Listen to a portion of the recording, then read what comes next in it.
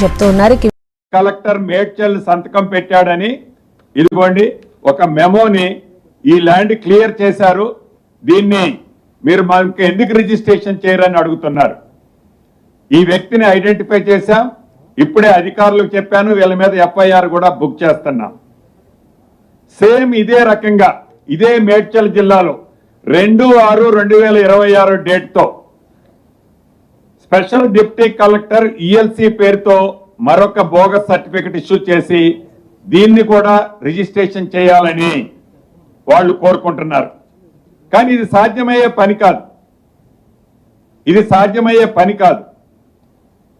ఇటువంటి ఏవైతే ఉన్నాయో దయచేసి ప్రభుత్వాన్ని ఏదో కంగారులో పెట్టి ప్రజలని పానిక్ లో పెట్టి ప్రభుత్వాన్ని స్ట్రెస్ లోకి తీసుకొచ్చి ఇటువంటి లెటర్ల ద్వారానో ప్రభుత్వ ఆస్తుల్ని రిజిస్ట్రేషన్ చేసుకోవాలంటేనో అది సాధ్యమయ్యే పని కాదు.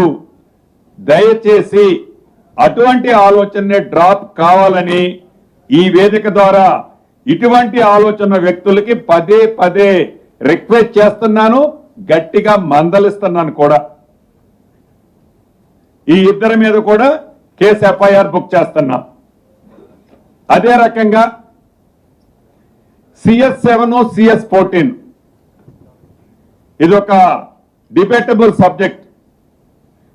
CS7 CS14 కి సంబంధించింది అత్యధికంగా రంగారెడ్డి మేడ్చల్ జిల్లాలో ఈ భూములు ఉంటాయి. ఇది ఎప్పటి నుంచో వివిధ ఫోరంల మీద కొట్లాట, మీది నాది నాది మీది అని ఒక్కొక్క ఫోరంలో ఒక్కొక్కరు గెలవటం, ఒకళ్ళు ఓడిపోవటం, అంటే ప్రభుత్వ పక్షాన వర్సెస్ ప్రైవేటు పక్షాన. ఇది కొన్ని దశాబ్దాలుగా జరుపుకుంటూ వస్తుంది. అయితే ఏవైతే ఆనరబుల్ కోర్టులలో ఆర్డర్ల ద్వారా వివిధ ప్రభుత్వాల టైంలో, గత ప్రభుత్వంలో కూడా మేము వచ్చిన తర్వాత అయితే ఒక్కటి కూడా పర్మిషన్ ఇవ్వలేదు. అది ఏది ఇచ్చిన పర్మిషన్ ఇందాక ఏదో అనుకున్నాం. ఏవైతే పర్మిషన్స్ ఇచ్చారో ఆ ఇచ్చిన పర్మిషన్లకు సంబంధించి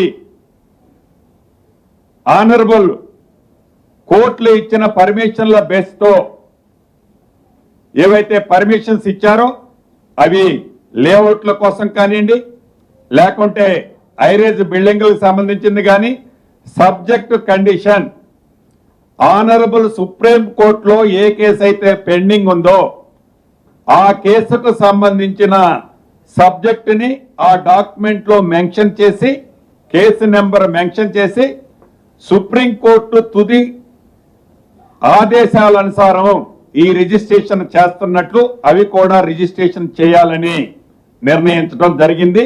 subject condition honourable supreme court order.